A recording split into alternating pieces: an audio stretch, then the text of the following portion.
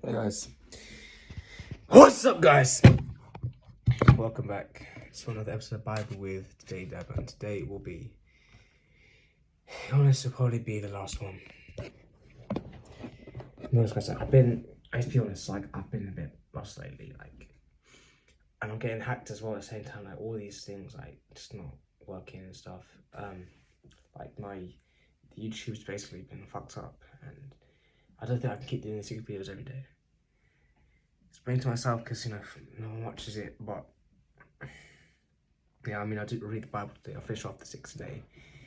Then I have set all the challenges and stuff I was going for the 6 videos. So I'm gonna have to end them, and I'll probably unlist all the videos so they'll go off on private, public. And yeah, basically what I'm trying to say is this is the end of the Daily Dabber.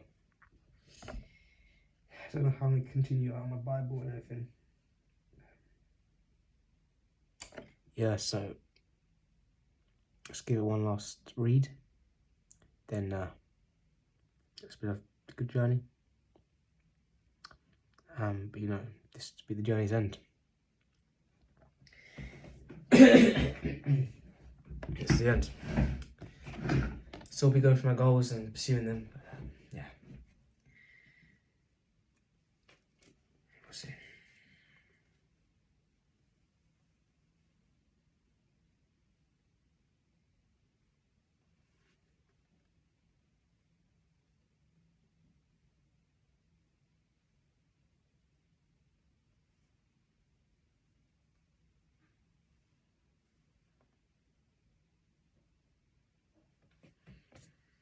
So I think last time we looked at chapter 5 of 1 Kings.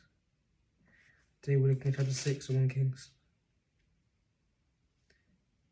which is Solomon builds his temple. In the 480th year, after the Israelites came out of Egypt, in the 4th year of Solomon's reign over Israel, in the month of Ziv, the 2nd month, he began to build the temple of the Lord. The temple that King Solomon built for the Lord was 60 cubits long, 20 wide and 30 high.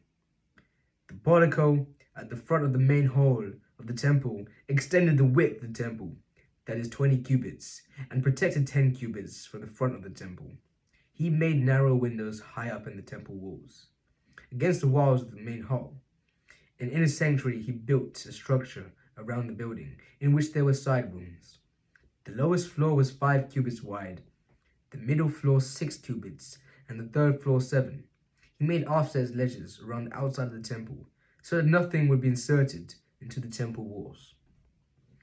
In building the temple, only blocks dressed at the quarry were used, and no hammer, chisel, or any other iron tool was heard at the temple site while it was being built. The entrance to the lowest floor was on the south side of the temple. A stairway led up to the middle level, and from there the third. So he built the temple and completed it, roofing it with beams and cedar planks. And he built the side rooms all along the temple. The height of each was 5 cubits, and they were attached to the temple by the beams of cedar. The word of the Lord came to Solomon. As for this temple you are building, if you follow my decrees, observe my laws, and keep all my commandments, and obey them, I will fulfill through you the promise I gave to David your father. And I will live among the Israelites, and will not abandon my people, Israel. So, Solomon built the temple and completed it. He lined its interior walls with cedar boards, paneling them from the floor of the temple to the ceiling, and covered the floor of the temple with planks and juniper. He partitioned it off 20 cubits at the rear of the temple, with cedar boards from floor to ceiling to form within the temple and inner sanctuary, the most holy place. The main hall in front of this room was 40 cubits long. The inside of the temple was cedar, carved with gourds and open flowers. Everything was cedar. No stone was to be seen. He repaired the inner sanctuary with the temple to set the Ark of the Covenant of the Lord there. The inner sanctuary was 20 cubits long. 20 wide and 20 high. He overlaid the inside with pure gold. He also overlaid the altar with cedar. Solomon covered the inside of the temple with pure gold, and he extended gold chains across the front of the inner sanctuary, which was overlaid with gold. So, he overlaid the whole interior with gold. He also overlaid with gold the altar that belonged to the inner sanctuary.